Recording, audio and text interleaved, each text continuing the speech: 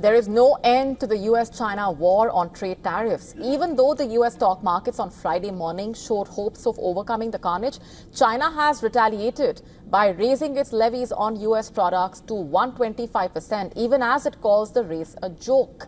What isn't a joke, though, is the impact this is having on global trading systems. Take a look.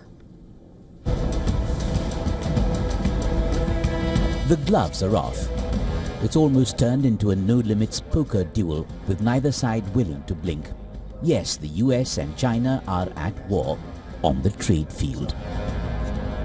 The latest salvo, Beijing announced 125% reciprocal tariffs on all US imports on Friday.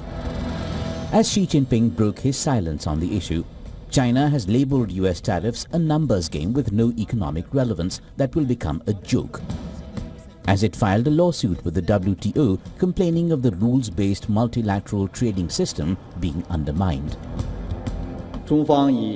China has repeatedly stated its solemn position on tariffs. There are no winners in a tariff and trade war. China is unwilling but unafraid to engage in it. I want to stress that if the United States truly wants to resolve the issue through dialogue and negotiation, it should cease extreme pressure and reckless actions. Any dialogue must be based on equality, respect, and mutual benefit.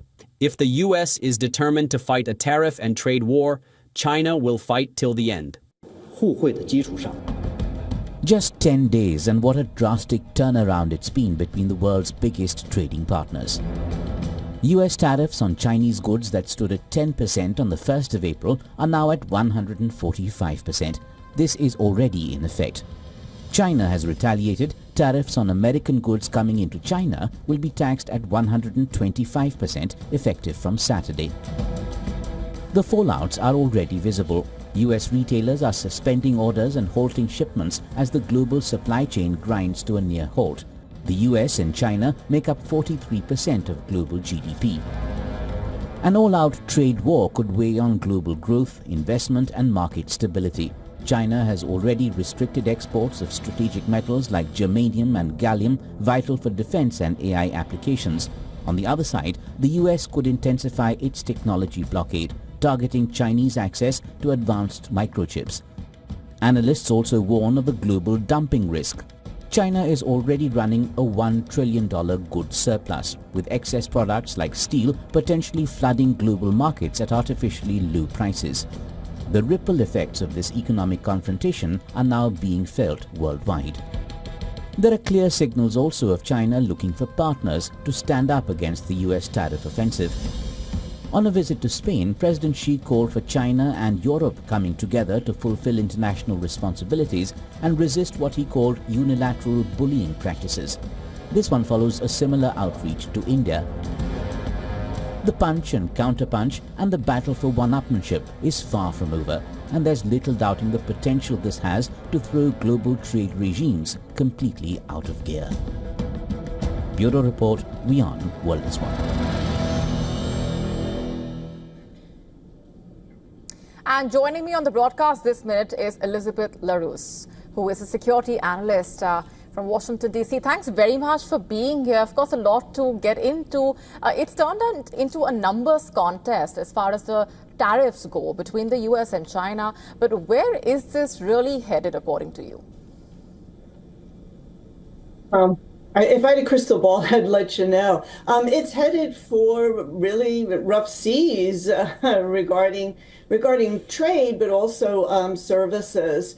So for now, both countries, China and the United States, have worked themselves, or more accurately, each other, into a corner. President Trump, who, when he campaigned in 2024, as well as 2016, really had targeted China quite a bit. People who remember those campaigns and elections remember him saying China, China, China a lot. And so his policy has really been like China prima.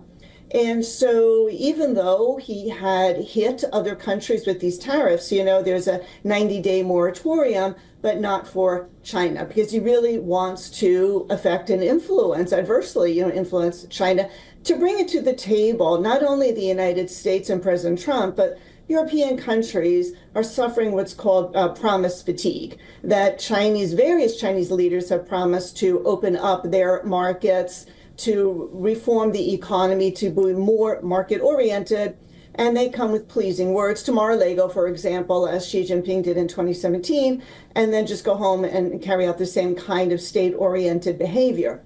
And so, Trump is trying to make some change there. But now the problem is China feels like it's pushed into a corner. Xi Jinping cannot, in front of his public, appear to be backing down. For goodness sakes, over there, they're running clips of Mao Zedong's speeches about how we must be resilient and self-supporting and be strong. And so they're harking back to another very strong leader to indicate that they're not going to fold. Right. Now, how does this escalation, according to you, impact the supply chains? Because there will be ramifications for other countries as well. This is a real problem. Obviously, businesses are looking for parts, from other countries, perhaps in Vietnam.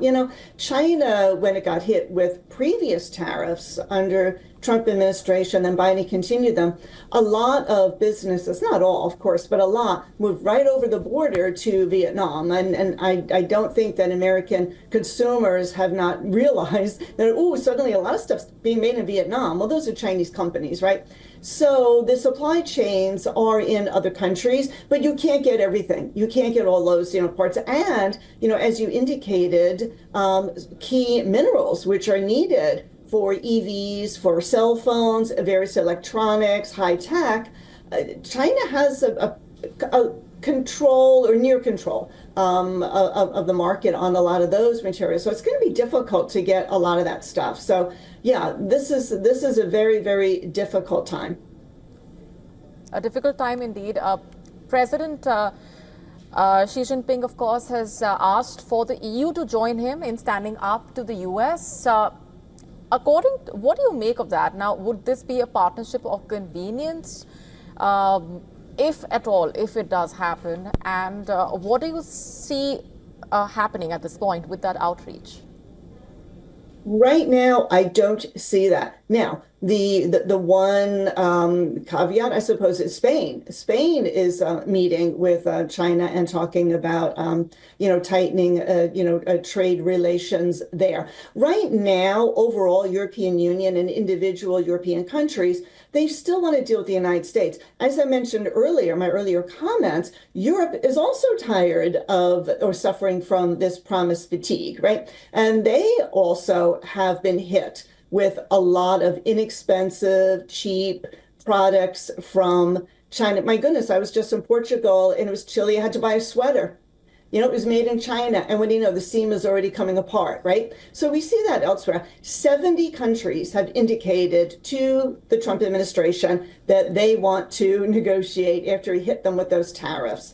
15 countries are ready. They're sending representatives over to engage in what are called term sheets or letters of intent to agree on, freer trade.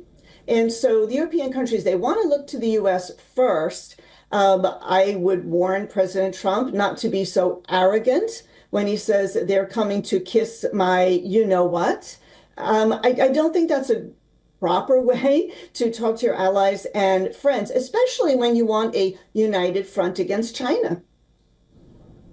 All right, we're leaving it there for the moment. Thanks very much for joining us with those perspectives. You're welcome. To stay up to speed with the latest news, download the WION app and subscribe to our YouTube channel.